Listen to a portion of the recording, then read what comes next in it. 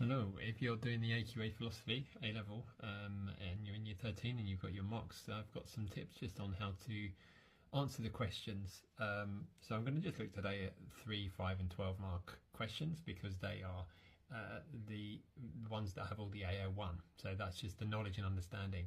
So in those questions, the three markers, 5 markers and 12 markers, all you got to do is just explain clearly. As long as you have clear explanation, the evaluation goes in the 25 markers. But for these ones, is that if you are clear, if you're precise, if there's no redundancy, then you should be getting good marks on these questions. The three markers and the 5 markers are very simple, very similar. Sorry, and so for those, it's really straightforward. So you just need to make sure that you've got a full. The criteria says for 3 marks, you give a full and correct answer, given precisely with little or no redundancy.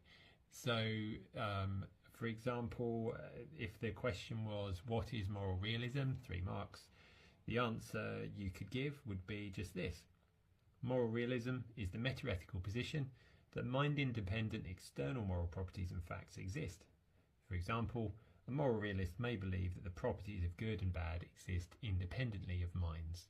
Right, so you've given a definition and you've given an example, and that's enough. So that's enough for a 3-mark question.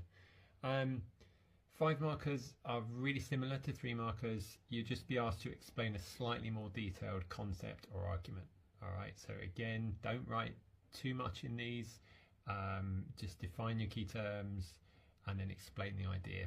So for 5 marks, it says a full, clear and precise explanation. The student makes logical links between precisely identified points with no redundancy. So, for example, if you were asked to outline Descartes' version of the ontological argument for 5 marks, you could just do the premises and the conclusion, which are 4 premises in the conclusion. So you could sort of say Descartes' ontological argument is an a priori argument that derives the conclusion God exists from the idea or concept of God, and then outline the premises. 1, I have the idea of God.